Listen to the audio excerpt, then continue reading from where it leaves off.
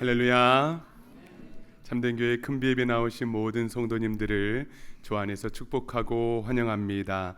우리 곁에 계신 분들과 인사를 나누실 때에 성령님께서 함께 하십니다 라고 인사 나누겠습니다. 성령님께서 함께 하십니다. 아멘. 오늘은 성령 강림 주일입니다.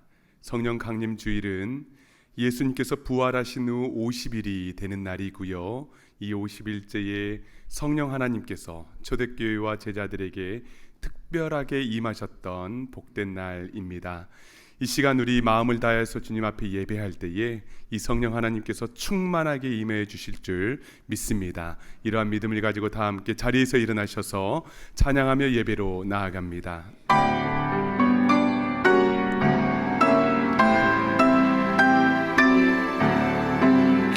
교만한 마음을 내버리고 예수께로 나갑니다. 복되신 말씀 따르려고 주께로 갑니다.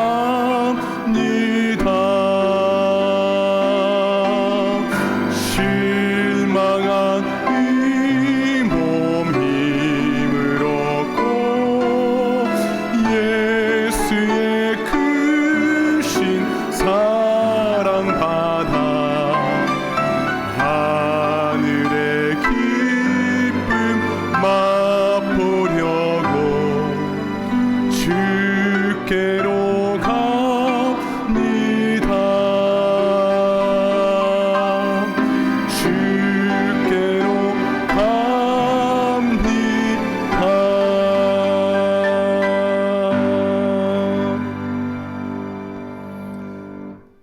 다 함께 기도하심으로 6월 8일 큰배배를 하나님께 드리겠습니다.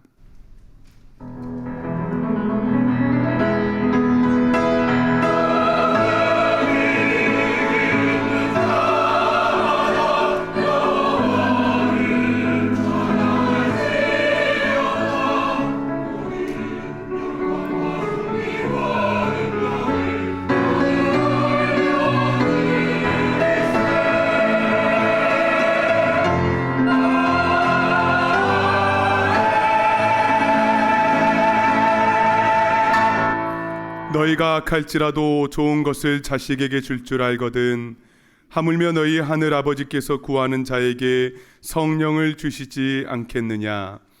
우리들에게 가장 좋은 것을 주시기 원하시는 하나님 아버지, 사랑하는 주의 자녀들에게 성령님을 허락하여 주시옵소서. 우리가 예배할 때의 믿음 위에 지혜와 명철의 영을 주시며 위로와 강건함의 영을 허락하여 주시옵소서. 성령님으로 우리의 입을 부드럽게 하여 주시사 주님만을 더욱 찬송하게 하시며 성령의 능력으로 마침내 영원한 기쁨에 이를 수 있도록 은혜를 베풀어 주시옵소서. 하나님의 말씀을 듣습니다. 성령님의 지혜로 우리의 마음의 지평을 열어주시고 성령의 역사 속에서 순종과 결단의 은혜가 있게 하여 주시옵소서. 감사드리며 이제와 영원히 사시며 다스리시는 우리 주 예수 그리스도의 이름으로 간절히 기원하옵나이다. 아멘. 나는 전능하신 아버지 하나님 천지의 창조주를 믿습니다. 나는 그의 유일하신 아들 우리 주 예수 그리스도를 믿습니다.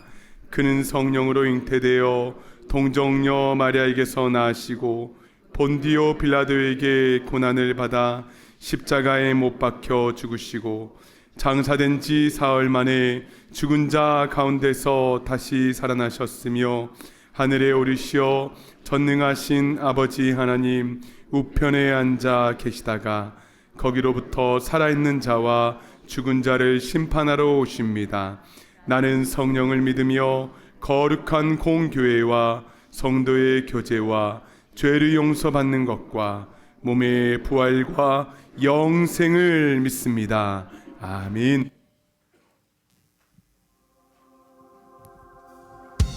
오늘 성령 강림 주일입니다. 주님께서 우리 가운데 임하셨습니다. 오늘도 우리와 함께 하십니다. 주님의 형상으로 우리를 변화시켜 가십니다. 그 성령님의 은혜 함께 의지하며 나아가는 이 시간 되기 원합니다. 창조의 아버지, 창조의 아버지, 그 섭리 보이사 택하신 세대 일으키어 이 땅을 고치소서. 우리가 사모합니다. 주의 크신 능력 만물이 사모하니 성령의 기름 부어주사 이 시간 임하소서. 주 영광 여기 임하사 열방 향해 그 빛 비추소서. 주의 얼굴 구할 때 주의 향기 머무소서. 아멘. 주님, 우리가 주님의 얼굴을 구합니다. 이 시간 주님의 임재를, 주님의 향기를, 주님의 능력을 우리 위에 부어주소서. 열방의 통치자, 열방의 통치자, 세상이 보리라. 신실한 주의 약속으로 교회는 승리하리. 우릴 돌아보사 강건케 하소서. 연약함 모두 벗어지고 승리케 하옵소서. 주 영광 여기 임하사 열방 향해 그 빛 비추소서. 주의 얼굴 구할 때 주의 향기 머무소. 주 영광 여기 임하사 주 영광 여기 임하사 열방 향해 그 빛 비추소서. 주의 얼굴 구할 때 주의 향기 머무소서. 주의 나라가 임하시기를. 주의 나라가 주님의 뜻이 이 땅 가운데 영광 보이소서. 주의 나라가 주의 나라가 임하옵시며 주님의 뜻이 이루어지나 이 땅 가운데 하나님 아는 영광 보이소서. 주 영광 여기 임하사 주 영광 여기 임하사 주여 열방 향해 그 빛 비추소서. 우리가 구합니다. 주의 얼굴 구할 때 주의 향기 머무소서. 주 영광 여기 주 영광 여기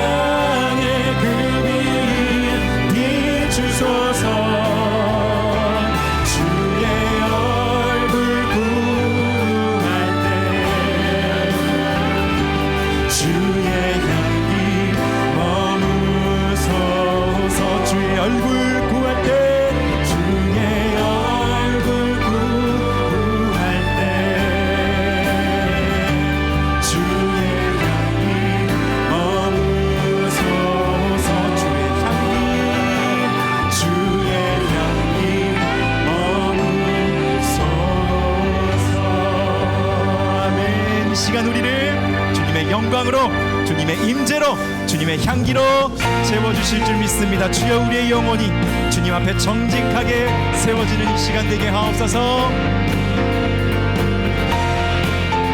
함께 올려드리며 찬양합시다. 성령이여 내 영혼이, 성령이여 내 영혼을 충만케 하소서. 내 속에 강물이 넘쳐나게. 성령이여 내 영혼을, 성령이여 내 영혼을 충만케 하소서. 내 속에 강물이 넘쳐나게.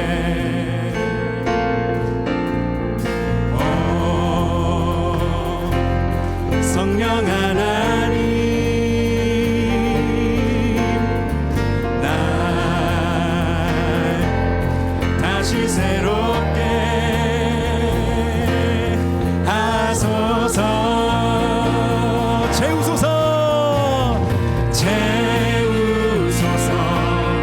내 영혼이 세상 유혹 다 이기고 다시 처음부터 고백합시다. 성령이여 내 영혼을, 성령이여 내 영혼을 충만케, 충만케 하소서. 내 속에 강물이 넘쳐나게. 성령이여, 성령이여 내 영혼을 충만케 하소서. 속에 강물이 넘쳐나게. 오 성령 하나님, 날 다시 새롭게 하소서.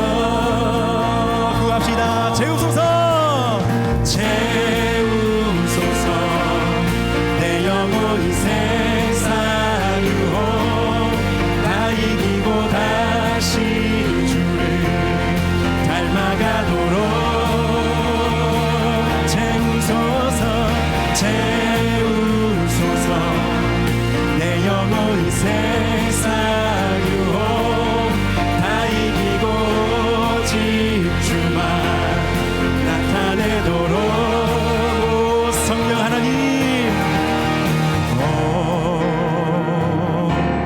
성령 하나님, 날 다시 새롭게. 오 성령 하나님, 오 성령 하나님, 날 다시 우리의 간구를 주님께 올려드립시다. 성령 하나님, 성령 하나님, 날 다시 새롭게, 날 다시 새롭게 하소서. 채우소서. 내 영혼이 세상 유혹 다 이기고 다시 주님 닮아가도록 채우소서. 채우소서. 내 영혼이 세상 유혹 다 이기고 오직 주만 나타내도록 채우소서. 채우소서. 내 영혼이 세상 유혹 다 이기고 다시 주를 닮아가도록 채우소서. 내 영혼이 세상 유혹 다 이기고 오직 주만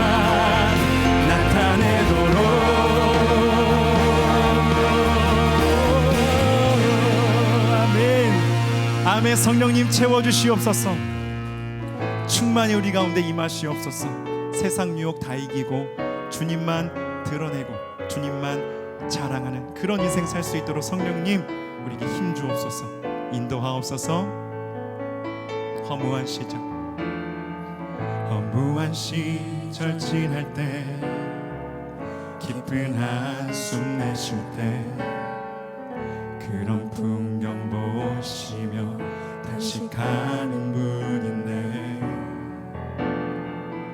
그와 같이 너희를 버려두지 않으리. 내가 너희와 영원히 함께하리라. 성령이 오셨네. 성령이 오셨네. 내 주에 보내신 성령이 오셨네. 우리 인생 가운데 친히 찾아오셔서 그 나라 꿈꾸게 하시네. 억눌린 자 갇힌 자 자유함이 없는 자 피난처가 되시는 성령님 계시네. 주의 영이 계신 곳에 참 자유가 있다네. 진리의 영이신 성령이 오셨네. 성령이 오셨네. 성령이 오셨네. 내 주에 보내신 성령이 오셨네. 우리 인생 가운데 친히 찾아오셔서 그 나라 꿈꾸게 하시네. 성령이 오셨네.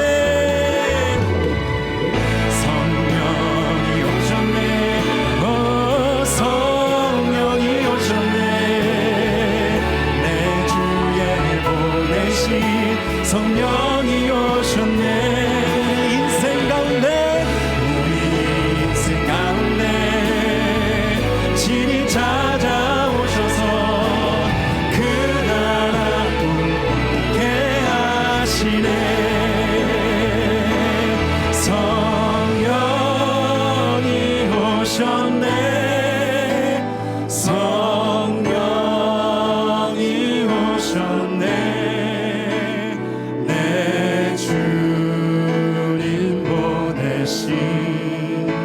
성령이 오셨네. 이 기쁜 소식을 온 세상 전하세. 성령이 오셨네. 성령이 오셨네.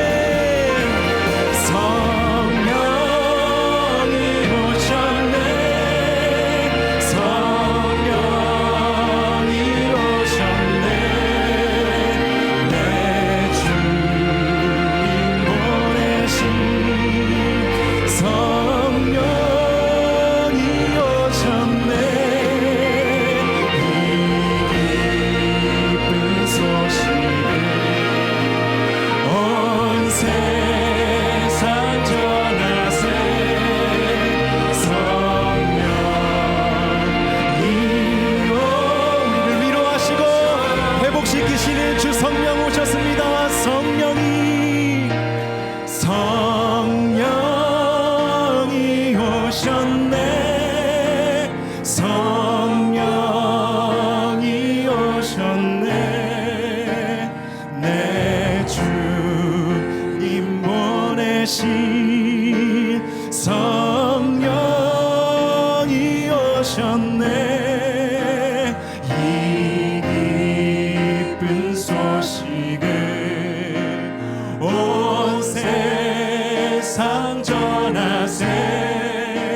성령이 오셨네. 성령이 오셨네. 성령이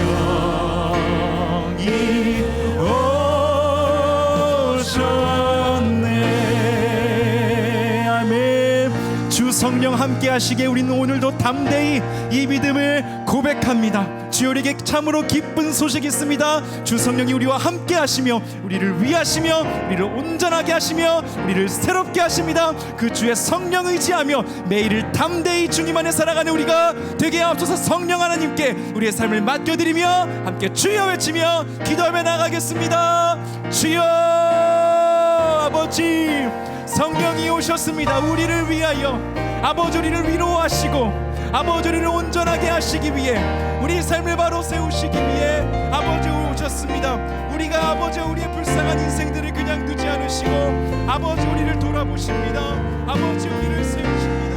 그 성령 은혜 의지하며 살아가는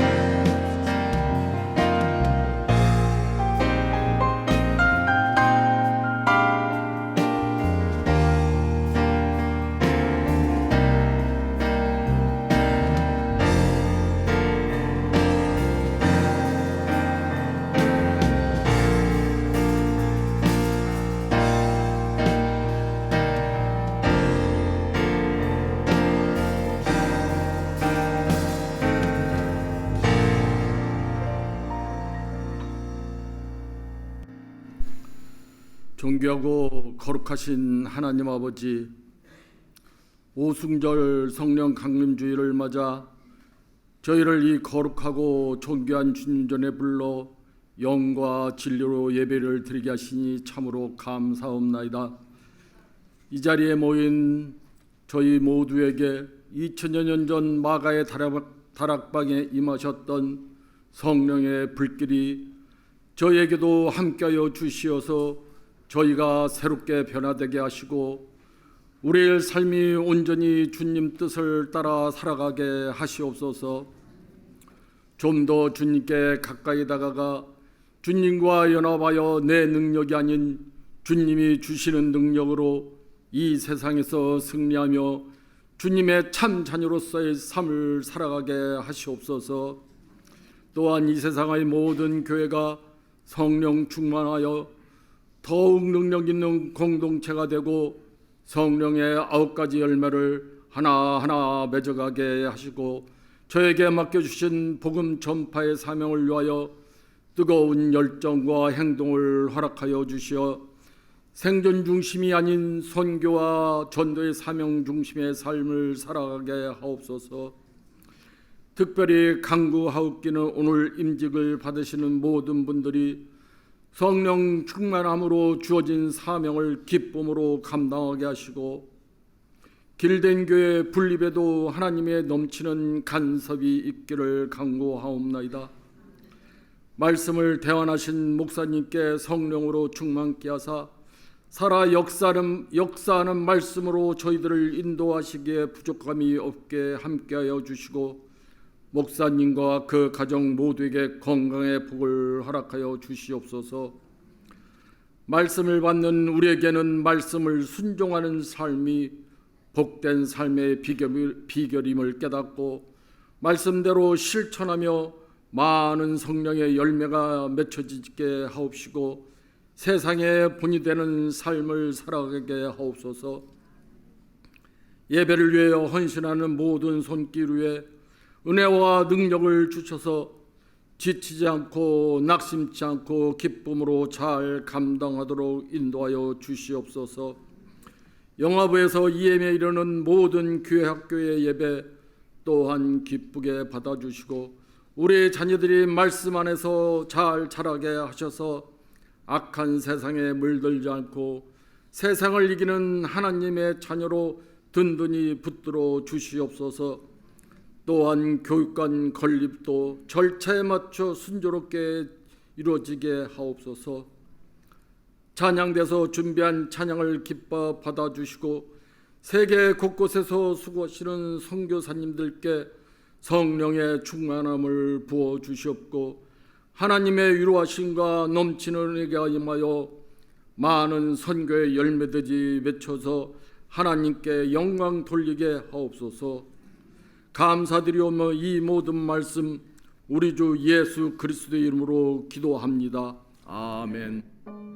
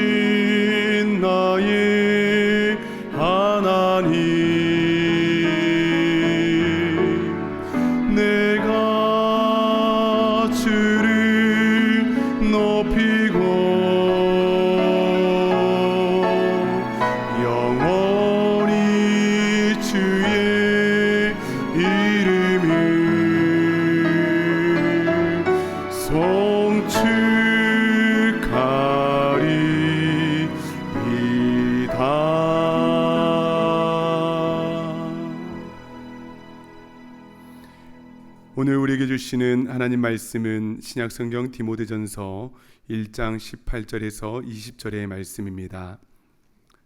신약성경 디모데전서 1장 18절에서 20절의 말씀을 이 시간 제가 봉독에 올리겠습니다. 아들 디모데야, 내가 내게 이 교훈으로서 명하노니 전에 너를 지도한 예언을 따라 그것으로 선한 싸움을 싸우며 믿음과 착한 양심을 가지라. 어떤 이들은 이 양심을 버렸고 그 믿음에 관하여는 파선하였느니라. 그 가운데 후메네오와 알렉산더가 있으니 내가 사단에게 내준 것은 그들로 훈계를 받아 신성을 모독하지 못하게 하려 함이라. 아멘.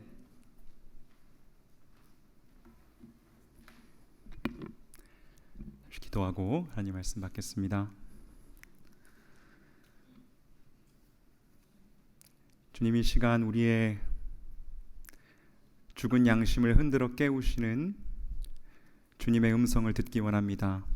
그 음성 듣고 다시 하나님을 경외하며 우리 자신을 하나님 말씀 앞에 정직하게 세우며 그 가운데 온전하여지고 새로워지는 역사가 일어나는 귀한 예배의 시간, 말씀의 시간 되게 하여 주시옵소서. 주님께 모든 것 맡겨드리며 예수님의 이름으로 기도드립니다. 아멘. 오늘은 착한 양심이라는 제목으로 하나님 말씀을 전하겠습니다. 제가 양심에 대한 설교를 하려고 조사를 하다 보니까 우리나라 TV 프로그램에 양심을 주제로 한 프로그램들이 많이 있었더라고요. 혹시 양심 냉장고가 기억나는 분들 계십니까? 이게 시작한 게 1996년이니까요. 아마 미국에서는 비디오로 빌려서 보신 분들이 대부분이실 것 같아요. 일요일 밤에 라는 프로그램에서 이경규 씨가 진행하던 코너였습니다. 코너의 컨셉이 뭐였냐면요, 아무도 없는 새벽 시간 한적한 도로에서 운전자들이 과연 정지 신호와 정지선을 잘 지키느냐를 잠복하면서 지켜보다가 지키는 분들에게는 양심 냉장고를 선물로 드리는 것이었습니다. 그런데 첫 회 녹화 때 아무리 기다려도 정지 신호, 정지선을 지키는 사람들이 아무도 없었다고 해요. 그래서 진행자들이 실패로 간주하고 포기하려고 했다고 합니다. 그런데 새벽 4시가 넘어서 정지선을 정확하게 지키는 파란 티코 한 대를 발견하게 된 거예요. 그래서 막 제작진이 난리가 나서 저 차 잡아 하면서 달려갔겠죠. 퇴근해야 되니까. 가서 보니까 운전자분은 뇌성마비 지체 장애인이셨습니다. 그분에게 왜 다른 사람들은 다 이렇게 지나가는데 혼자만 신호와 정지선을 지키시느냐고 여쭈어봤습니다. 그랬더니 힘겹게 띄엄띄엄 하시는 말씀이 이랬습니다. 내가 늘 지켜요. 내가 늘 지켜요. 라는 이 한 문장의 대답이 그 당시 한국 사회에 엄청난 반향을 일으켰고요. 그 뒤로 한국의 교통문화가 현격하게 성숙하고 발전했다는 수치상의 결과들도 있더라고요. 내가 늘 지켜요. 라는 이 말은 양심의 한 측면을 우리에게 잘 설명해 주고 있습니다. 경찰이든 카메라든 아니면 우리 주변 사람들이든 나를 지켜보는 사람이 아무도 없어도 변함없이 늘 우리 내면에 어떤 목소리가 작동하고 있다는 것이지요. 이것이 바로 양심의 한 측면입니다. 아무도 보는 이 없을 때 나는 누구인가를 결정짓는 것. 그때에도 나의 내면에서 들려오는 하나님이 주신 목소리, 그것이 양심이다 라고 할 수 있겠습니다. 또 하나의 TV 프로그램이 있었는데요, 먹거리 엑스파일이라고, 이것도 역시 10여 년 전에 이제 종영된 프로그램입니다.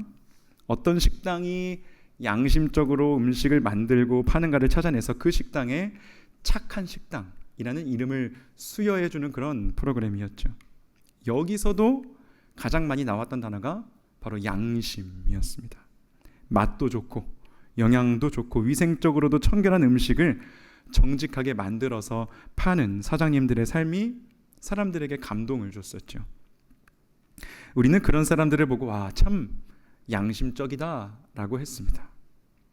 근데 이와는 반대로 비위생적인 환경에서 급이 떨어지는 재료를 쓰고 반찬을 재활용하는 식당들도 많이 발견이 되었어요. 시청자들은 그런 식당들을 보며 비양심적으로 장사한다라고 했죠. 재미있는 건요, 착한 식당은 그렇게 선정된 그 집만 잘 되거든요. 그런데 제작진이 비양심적이라고 규정한 식당들은요, 그 메뉴를 주 메뉴로 가지고 있는 전국에 있는 식당들의 이미지 전체가 추락하는 일들이 발생했습니다.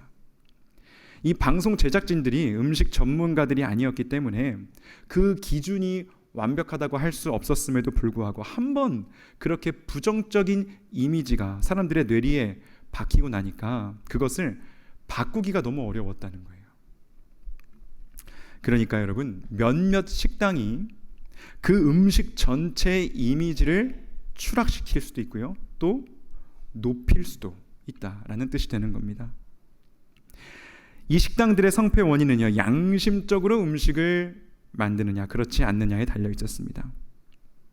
양심에 대해서 우리에게 잘 보여주는 말씀이 황금률이라고 불리우는 마태복음 7장 12절의 말씀이거든요.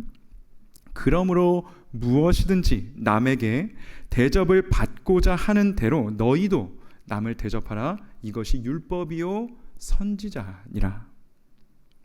남을 대접하되 내가 대접을 받고 싶은 대로 남을 대접하라고 우리 예수님이 말씀하셨습니다. 이걸 지금 우리의 맥락으로 바꾸면요, 나는 내 가족, 내 아이에게 먹이고 싶은 음식을 손님에게 대접하는가, 이런 성찰이 있어야 된다는 거예요. 이러한 성찰이 있고 이 성찰에 부끄럽지 않아야 비로소 우리가 양심적으로 살 수 있게 된다는 것입니다. 여러분, 지금 한번 우리 자신을 성찰해 보도록 하시겠습니다. 여러분을 예수님 믿지 않는 사람들이다 라고 한번 가정해 보세요. 그리고 교회를 복음을 파는 복음 식당이다 라고 한번 가정해 보시기를 바랍니다. 여러분이라면 여러분이 지금 믿으시고 고백하고 계시는 그 복음을 복음 식당에 가서 사 먹고 싶으시겠습니까? 친구나 가족이 복음 식당 가서 야, 거기 밥 먹자라고 하면 여러분은 가고 싶으시겠느냐라는 말입니다. 그 복음 요리를 먹어가며 땀 흘리고 막 눈물 콧물을 흘려가며 와, 이거 정말 맛있다. 나중에 우리 가족들 다 데리고 와서 또 먹어야지. 여러분, 이런 말을 연발해 가며 드실 수 있으시겠습니까? 지금 우리가 믿는 복음이 그렇게 향기롭고 보기에도 좋고 맛있고 우리를 건강하고 행복하게 살맛나게 해주는 그런 음식입니까? 여러분, 그런 복음을 경험하고 계시느냐라는 말이에요. 그렇지 않다면 엄밀히 말해서 우리는 비양심적인 겁니다.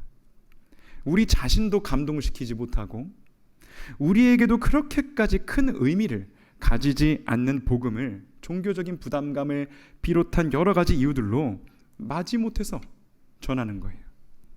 복음 식당에 평점이 있다면 우리가 거짓으로 평점을 매기고 있는 것이죠. 마치 나에게 서비스를 더 잘해주면 거짓으로 기사를 써주는 그런 맛집 블로거들처럼 말입니다. 오늘날 교회의 이미지가 왜 이리도 추락하게 되었습니까? 비양심적인 교회와 목회자와 성도들 때문이 아닙니까? 물론 우리 모두가 그런 것이 아니죠. 억울할 때가 있습니다. 분명히 양심적으로 그리스도인답게 사시는 분들이 훨씬 더 많습니다. 그러나 몇몇 식당 때문에 그 음식 전체의 이미지가 추락하듯이 몇몇 교회, 몇몇 목회자, 성도들이 교회의 이미지를 그렇게 형편없이 만들어버리는 거예요. 입술로 복음을 전하기는 했지만 복음을 전하는 그 당사자들의 삶은 복음에 의해서 변화받지 못했기 때문입니다. 정작 그 자신들은 복음의 능력을 경험하지 못한 것이죠. 복음을 살아내지 못한 것입니다. 아무도 보는 이 없을 때는 신앙인으로 살지 못하였고 그만큼 자기 내면을 들여다보지를 못했다는 거예요. 그래서 나도 못 살아내는 복음, 나에게도 그렇게 별로 기쁘지 않은 소식을 다른 사람들에게 기쁜 소식인 양 포장해서 전하는 것, 그것이 바로 우리가 추락해버린 원인이 아닐까요? 우리가 우리 스스로의 신앙 양심을 지키지 못했다는 것입니다. 어떻습니까, 여러분? 양심 너무나 중요하죠. 바울 역시 자신의 서신들 전체에서 양심을 무척이나 강조하고 있습니다. 신약 전체에 양심이라는 말이 28번 나오는데요. 그 중에 21번이 바울 서신에서 나옵니다. 양심이 바울 신학을 관통하는 중요한 주제였다라는 것입니다. 그 중에서도 오늘 우리가 읽은 이 디모데 전서는 바울이 자기가 아들같이 여기는 후배 목회자 디모데에게 쓰는 편지이자 목회 지침입니다. 우리는 그래서 디모데 전후서, 디도서를 목회 서신이라고 부르죠. 이 짧은 디모데 전후서에만요, 양심이라는 단어가 5번이나 나올 정도로 바울은 후배 목회자 디모데에게 양심을 강조하고 있습니다. 디모데전서 1장 19절을 다시 읽어볼까요? 함께 읽습니다. 시작. 믿음과 착한 양심을 가지라. 어떤 이들은 이 양심을 버렸고 그 믿음에 관하여는 파선하였느니라. 아멘. 지금 바울은요, 믿음과 착한 양심을요, 동등한 선상에다가 놓고 있습니다. 바울이 볼 때 양심은 믿음에 예속된 하위 개념이 아닙니다. 양심은 믿음과 동등한 위치에서 작동함으로써 믿음이 바르게 세워질 수 있도록 돕는 역할을 하는 것입니다. 그런데 어떤 사람들이 양심을 저버렸답니다. 그렇게 양심의 소리를 거부하고 자기 내면으로부터 축출해낸 결과로서 믿음에 파선하게 된 것이죠. 착한 양심을 버린 것과 믿음의 파선 사이에 어떤 인과관계가 존재한다는 거예요. 여러분, 파선이 무엇인가요? 배가 풍파를 만나거나 암초에 부딪혀서 파괴되는 것을 뜻합니다.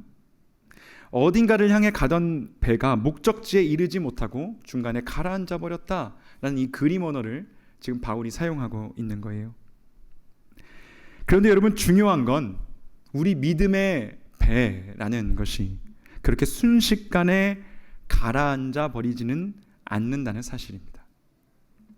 믿음의 배가 암초에 부딪혀 구멍이 뚫리고 거기에 물이 들어와도요, 처음에는 잘 표시가 나지 않습니다.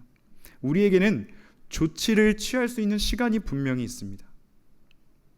그런데 물이 새어 들어오는 걸 그냥 두는 거예요.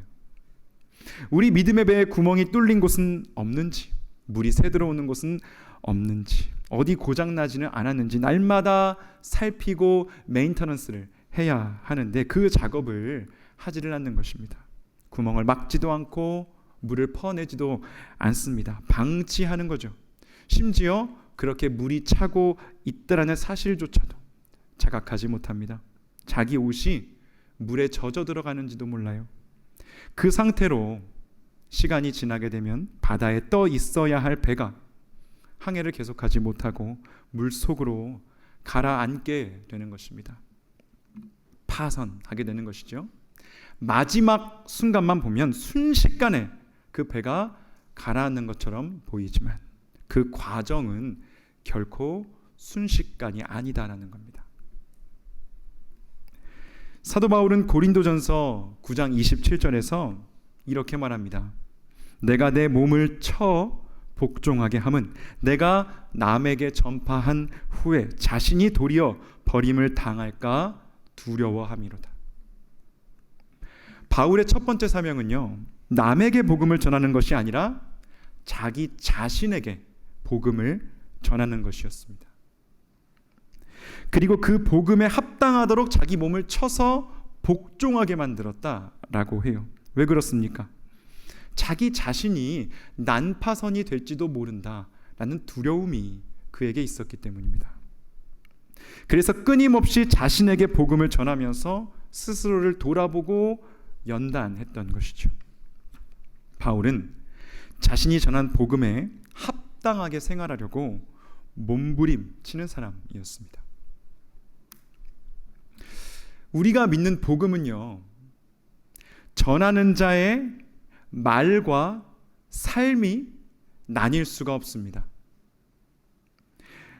우리는 그 둘 사이의 격차가 벌어지지 않도록 날마다 우리 자신을 성찰하고 훈련해야 합니다. 물론 지금 설교를 하고 있는 제 안에도 그러한 고민이 있습니다. 저는 제가 말하는 것과 저의 삶이 일치한다고 말할 수 없습니다. 양심적으로 말해서 그렇습니다. 제가 전하는 말씀을 저도 완전하게 살아내지를 못합니다. 그래서 말씀을 전하고 나면 어떤 때는 부끄러움도 찾아오고요, 공허감을 느낄 때도 있습니다. 저 자신에게 실망스러운 일들이 생기니까요. 아마 하나님의 뜻대로 살아가려 애쓰는 대부분의 사람들이 겪는 일일 것입니다. 그럼 어떻게 해야 될까요? 설교자인 제가 말씀의 수위를 그저 제 수준으로 낮춰서 제가 경험한 만큼만, 제가 살아내는 만큼만, 딱 그 정도의 수준만큼만 전해야 할까요? 그럼 그건 또 아니지 않습니까? 그러면 제가 전하는 설교를 들으실 가치가 없어져 버리는 거예요. 제가 진리인 말씀 그대로를 전하지 않게 되는 거니까요. 그럼 양심을 가지고 산다라는 것은 과연 무엇을 의미하는 걸까요? 여러분, 디모데전서에는요, 착한 양심도 나오지만 화인 맞은 양심도 나오거든요. 화인 맞은 양심은 마비된 양심을 일컫는 것입니다. 이 두 양심의 차이가 뭐냐는 겁니다. 어차피 둘 다 결과적으로는 온전하지 못할 텐데 말입니다. 착한 양심이 있는 사람은요, 말씀대로 살아가기 위해서 애쓰는 사람입니다. 애쓰는 사람이라고요, 여러분. 애쓰는 게 뭐 그렇게 대수냐? 라고 하시는 분들 계실 수 있으시지만, 여러분 한번 정직히 속으로만 대답해 보십시오. 여러분 정말로 애쓰고 계십니까? 성도답게 살기 위하여 애쓰고 계시냐고요? 착한 양심을 가지고 산다고 해서 우리가 완벽해지지는 않습니다. 하나님도 우리의 성정을 아시기 때문에 우리에게 완벽을 요구하지 않으세요. 하지만 하나님이 우리에게 요구하시는 게 분명히 있다라는 거예요. 그것은 신실함입니다. 우리가 가진 믿음의 내용과 삶이 일치하도록 끊임없이 애쓰고 분투하는 신실한 삶의 자세를 하나님께서 우리에게 지금도 요구하고 계신다라는 거예요. 제가 설교를 준비하면서 유진 피터슨 목사님이 쓰신 두 권의 책을 읽었습니다. 한 권은 성공주의 목회자라는 책이고요. 다른 한 권은 젊은 목사에게 보내는 편지라는 책입니다. 성공주의 목회자라는 책은 유진 피터슨 목사님이 성도라는 크리스찬이라는 개인적인 신앙인으로서의 부르심과 다른 한편으로 목회자라는 이 직업적 부르심 사이에서 점점 더 멀어지고 있는 간극을 자각하고 그것을 극복하면서 쓴 책입니다. 목사님은요, 이 목회자와 성도라는 두 정체성이 목회자로 살면 살수록 점점 더 이 둘이 조화로워지는 게 아니라 그 사이에 깊은 골짜기가 생겨나고 있구나라는 것을 느꼈다고 합니다. 그 안에 단절이 일어났던 거예요. 왜 그럴까요? 미국이라는 이 신자유주의, 소비주의 사회 속에서 목회자는 기도하는 사람, 독서하는 사람, 연구하는 사람이 아니라 CEO가 되기를 요구받았다는 거죠. 헌금 통계, 출석 통계, 신방 통계로 실적을 평가받고 각종 교회 성장 비결을 전해주는 세미나에 참석하고 마케팅 기법들과 경쟁을 내면화하면서 점점 성도의 부르심으로부터 멀어져 가는 것을 그가 느꼈다는 겁니다. 그래서 좋은 목회자가 되려고 하면 좋은 성도가 될 수 없고, 좋은 성도가 되려고 하면 좋은 목회자가 될 수 없는 너무나 이상한 상황이 그의 내면에 발생했던 거예요. 우리 사는 세상이 이런 걸 어쩌겠어 하고 넘어가면 됐겠지만, 유진 피터슨 목사님의 양심이, 그의 안에 있던 착한 양심이 그러한 세태를 끊임없이 불편하게 여기도록 만들었던 것입니다. 두 번째 책, 젊은 목사에게 보내는 편지는 유진 피터슨 목사님이 자기를 이어 목회자가 된 자기 아들에게 10년 동안 보냈던 37통의 편지를 담은 책이거든요. 이 대화를 아버지와 아들은 디모데 대화라고 부르기도 했답니다. 이 책의 7번째 편지에서 아버지 유진 피터슨은 나는 젊었던 목회 초년생 시절에 신실한 실패자가 되기로 마음먹었다라는 고백을 합니다. 신실한 실패자가 되기로 마음먹었다고요. 세상이 제시하는 목회적인 성공을 쫓아가는 그러한 시류 속에서 나는 의도적으로 실패자가 되기로 마음먹었다. 내 삶의 방향을, 결을 그렇게 정했다라고 하는 거예요. 이 실패자라는 자기 정체성을 받아들이고 나니까 세상의 수많은 요구와 욕구들로부터 자유로워질 수 있었다라고 그는 고백합니다. 그렇게 신실한 실패자로 6, 7년간 목회를 해 가는 동안 목회를 시작하기 전에 자신이 가지고 있었던 그 성도라는 정체성과 목사라는 정체성을 동일하게 느낄 수 있었다고요. 그것이 일치되는 것을 그의 내면에서 경험하게 된 것이죠.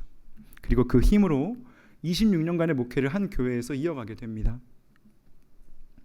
유진 피터슨은요, 자신을 실패한, 그러니까 신실한 실패자라고 규정함으로써 성도와 목사라는 멀어져 가던 두 정체성의 일치를 이루어냈던 것입니다. 여러분 한번 생각해 보시기 바랍니다. 유진 피터슨 목사님이 이 신실한 실패자라는 정체성을 취한 것이 정말로 실패를 뜻하는 것은 아니겠죠. 그는 신실한 실패자가 되었기에 오히려 신실한 성도이자 신실한 목사로서 살 수 있게 된 것입니다. 그래서 자기의 아들에게도 너도 그렇게 신실한 실패자가 되어라 라고 권면할 수 있게 된 것이죠. 이것은 그에게 착한 양심이 있었기 때문에 가능한 일이었습니다. 기능적으로는요, 펑셔널리 성공한 목회자가 될 수 있을지는 몰라도 우리가 하나님 앞에서 존재적으로 좋은 성도가 될 수 없다면 그것이야말로 믿음의 파선이다 라고 그의 안에 있던 착한 양심이 그에게 들려주었던 거예요. 그래서 세상의 흐름을 애써서 거슬러 올라갔던 것이죠. 여러분, 우리에게도 이러한 신실한 실패자가 되기 위한 애씀이, 이러한 분투가 이 시대에 요구되고 있습니다. 신실한 실패자의 예로 디트리 본헤퍼라는 목사님을 들고 싶어요. 행동하는 양심으로 불리우는 독일 출신의 뛰어난 신학자죠. 많은 분들 알고 계실 겁니다. 본헤퍼는 미국의 망명해서 학문적인 성과를 내면서 안전한 삶을 추구할 수 있었음에도 불구하고 나치에게 고통받고 있는 조국 독일로 돌아갑니다.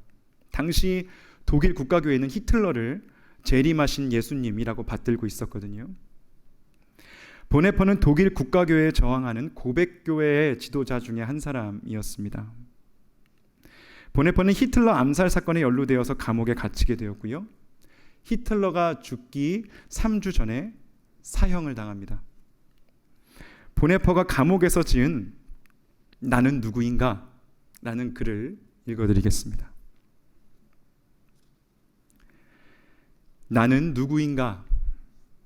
남들은 종종 내게 말하기를 감방에서 나오는 나의 모습이 어찌나 침착하고 명랑하고 확고한지 마치 성에서 나오는 영주 같다는데, 나는 누구인가? 남들은 종종 내게 말하기를 간수들과 대화하는 내 모습이 어찌나 자유롭고 사근사근하고 밝은지 마치 내가 명령하는 것 같다는데,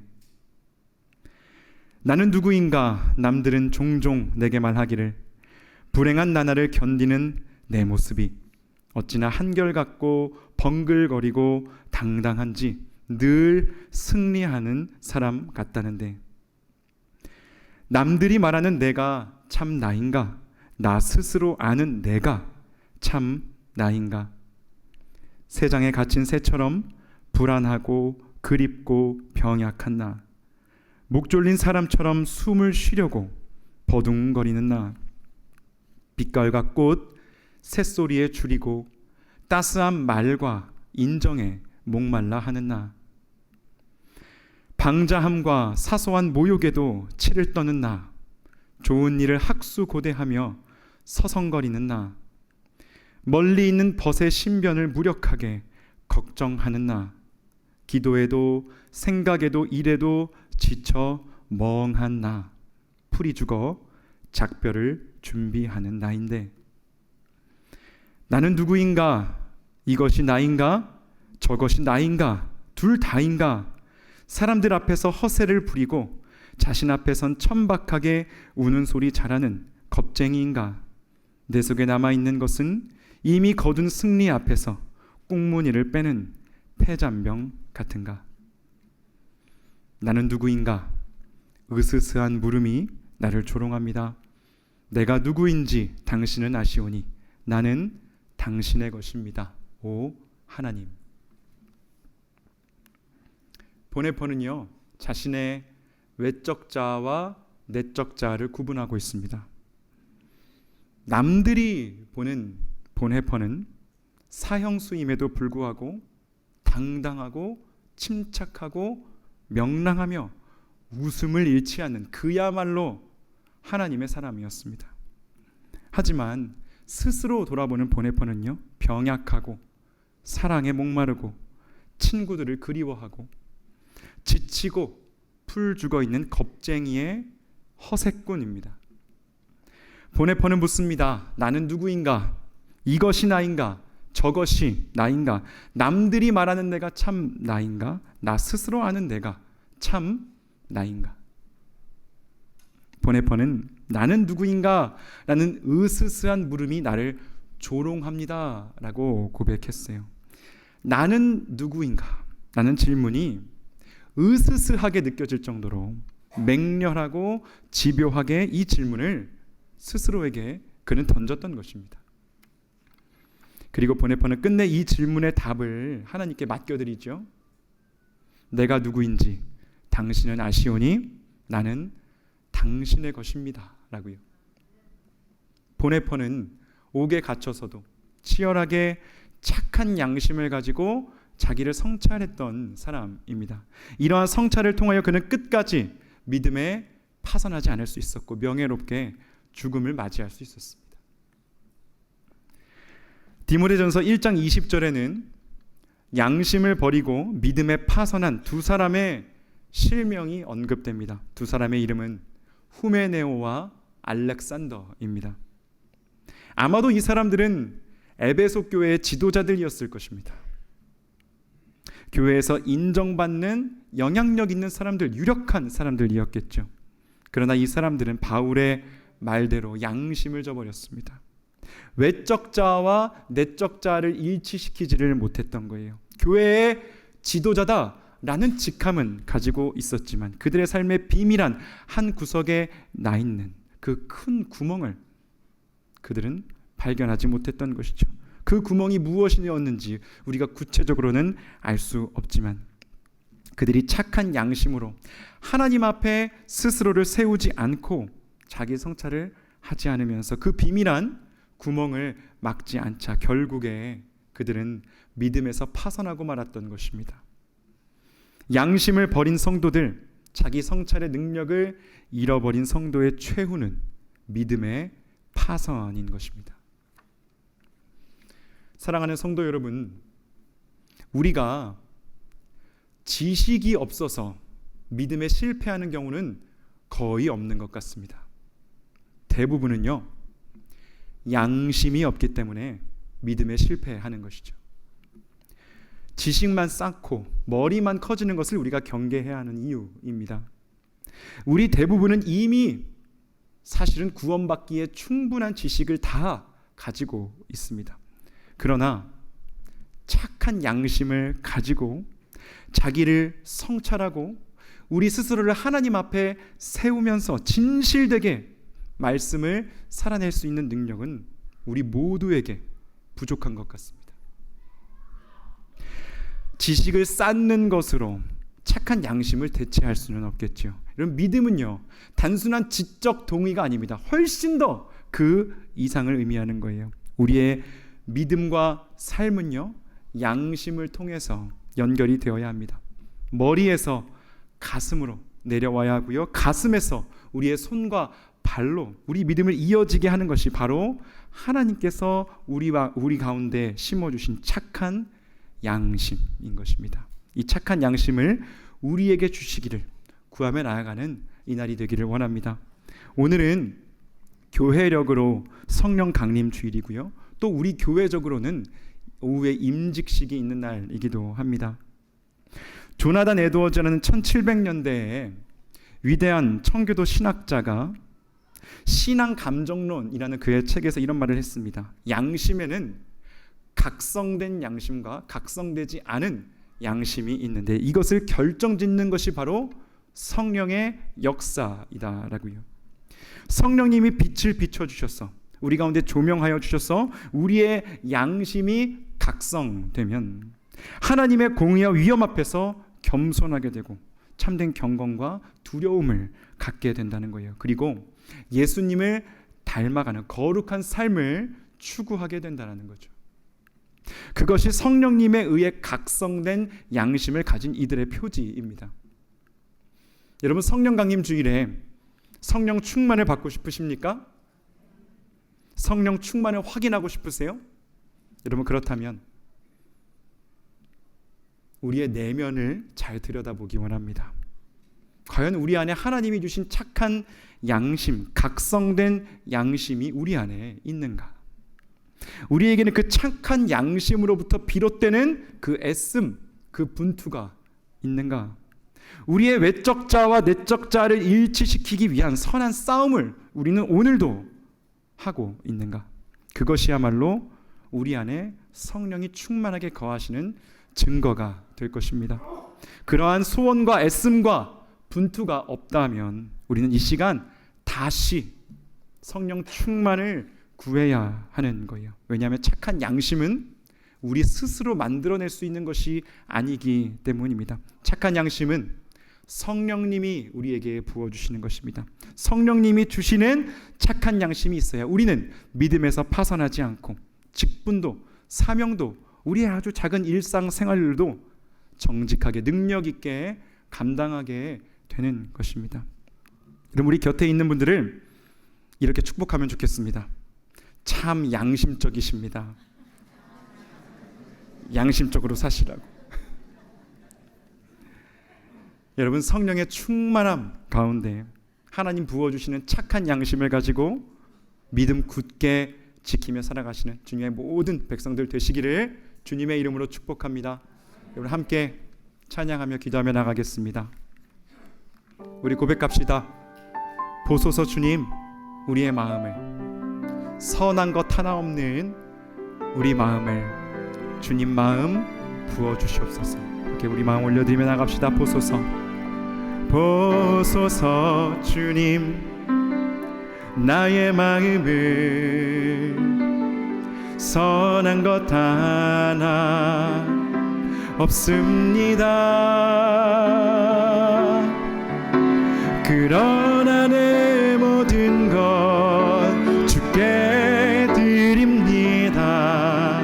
사랑으로 안으시고 날 새롭게 하소서. 주님 마음 내게, 주님 마음 내게 주소서. 내 아버지 주님 마음 내게 주소서. 나를 향하신 주님의 뜻이 이루어지도록 주님 마음 내게 주. 우리 한 번 더 보소서. 주님 나의 마음 보소서. 주님 나의 마음을 선한 것 하나 없습니다. 그러나 내 모든 것 주께 드립니다. 사랑으로 안으시고 날 새롭게 하소서. 주님 마음 내게 주소서. 내 아버지 주님 마음 내게 주소서. 나를 향하신 주님의 뜻이 이루어지도록 주님 마음 내게 주. 우리 한 번 더 구합시다. 주님 마음 부어주소서. 주님 마음 내게 주소서. 내 아버지 주님 마음 내게 주소서. 나를 향하신 주님의 뜻이 이루어지도록 주님 마음 내게 주소서. 여러분 이 시간 함께 두 손 들고 주님 앞에 기도하며 나아갑시다. 주님 보소서.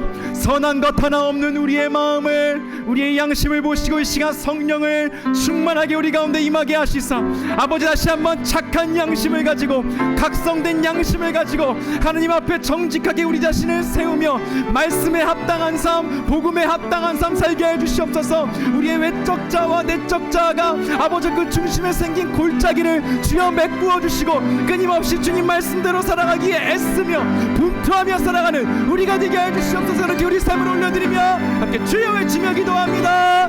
주여 아버지, 주여 이 시간 우리 삶 가운데 임하시옵소서. 선한 것 하나 없는 우리의 심령을, 주여 우리의 마음을, 주여 불쌍한 우리의 영혼을 주여 보시옵소서. 이 시간 올려드립니다. 주의 영으로 채워주시옵소서. 주님의 마음으로 채워주시옵소서. 다시 한번 그 애씀과 아버지 그 선한 싸움을 싸워나가기로 결단하며 나아갑니다. 하나님 아버지, 우리 아버지 우리 하나님 안에 그한 분투가 회복되게 하여 주시옵소서. 다시 한번 하나님 말씀대로 살아가기로, 복음에 합당하게 살아가기로, 아버지 우리를 온전케 하시는 주님의 부르심에 순종하며 살아가기로 아버지께 결단하며 나아가는 모든 심령들 위해 주님의 은혜 부어주시고, 오 주여 아버지 온전케 하옵소서. 오 주여 새롭게 하옵소서. 오 주여 도전하여 주시옵소서. 주여 우리가 주님 따르게 하여 주시옵소서. 주여 우리를 이끌어 주시옵소서.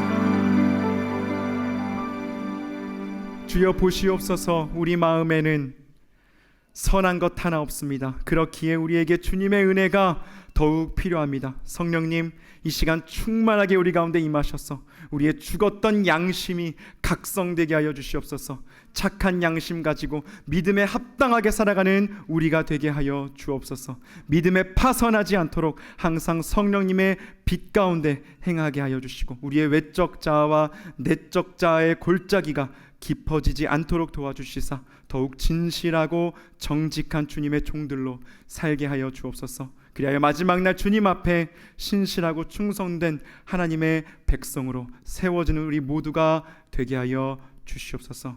우리 안에 그리스도의 형상을 이루어 가실 예수님의 이름으로 기도드립니다. 아멘. 주신 은혜 주신 말씀 감사하며 우리 다 자리에서 일어나셔서 함께 봉헌하는 시간을 갖습니다.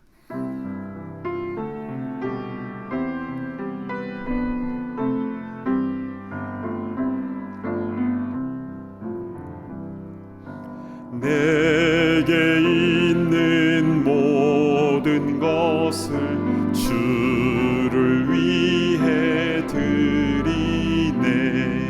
주의 성령 충만하게 내게 내려 주소서. 주께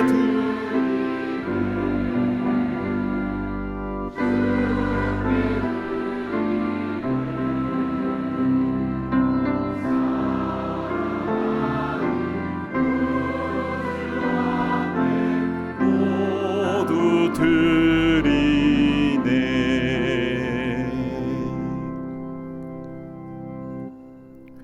사랑하는 주 하나님, 우리에게 아낌없이 모든 것을 다 내어주시며 또한 성령을 우리에게 허락하여 주셔서 우리에게 착한 양심과 또 하나님의 뜻대로 살아갈 수 있는 그 마음을 주시니 감사를 드립니다.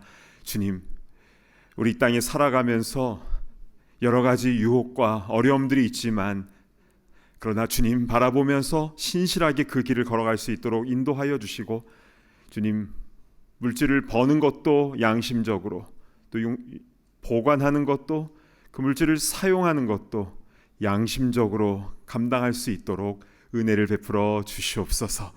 우리의 직분을 말하기 전에 먼저 우리 모두가 다 성도로서 하나님 보신 앞에서 바르게 살아갈 수 있도록 주여 은혜 위에 은혜를 허락하여 주시옵소서. 존귀하신 예수 그리스도의 이름으로 간절히 기도드리옵나이다. 아멘. 자리에 앉아주시기 바랍니다. 오늘은 성령 강림 주일입니다. 현장과 온라인으로 함께 예배드리시는 모든 분들을 진심으로 환영하고 축복합니다. 처음 교회를 방문하시는 분들을 위해서 예배 후에 티타임이 준비되어 있습니다. 귀한 교제의 시간을 나누시기를 바랍니다. 오늘 오후 5시 이곳 본당에서 시무장로 취임식과 장로 안수집사, 권사 임직식, 그리고 명예장로와 명예권사 추대식이 있을 예정입니다. 겸손하고 충성된 일꾼으로 쓰임받을 수 있도록 많은 기도를 부탁드립니다. 아울러 지난 3년간 시무장로로 섬기셨던 이승기 장로님께서 당회원에서 퇴임하시고 건축위원장 사역에 집중하시기로 하셨고요.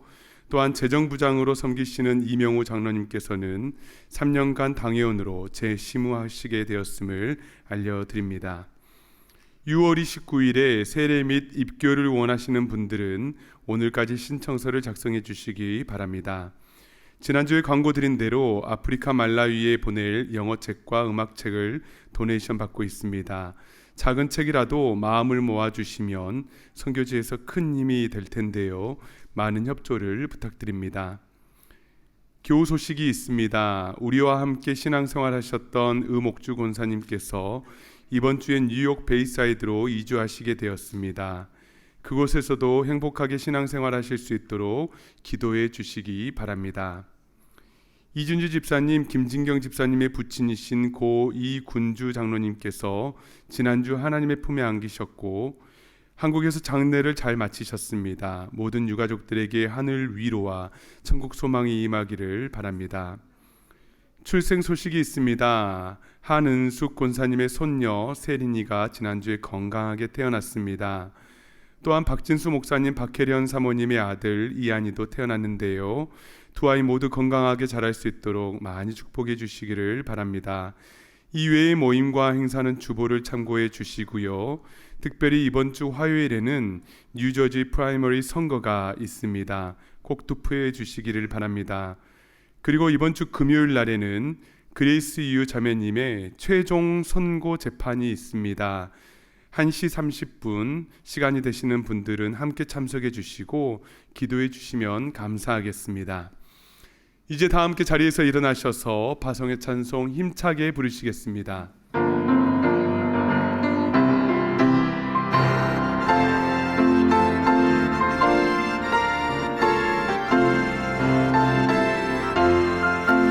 나의 영원하신 기여 생명보다 귀하다.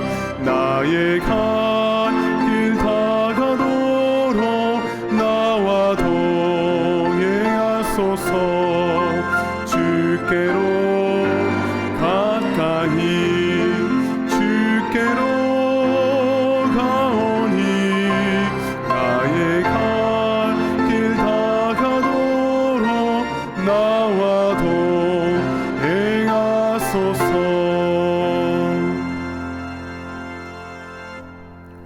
이제는 우리 주 예수 그리스도의 크신 은혜와 하나님의 사랑과 성령의 교통하심이 착한 양심을 가지고 하나님의 영광을 나타내며 또 주님 나라 위하여 귀하게 쓰임 받기를 소망하는 모든 주의 권속들 머리머리 위에 이제로부터 영원토록 함께 있을지어다.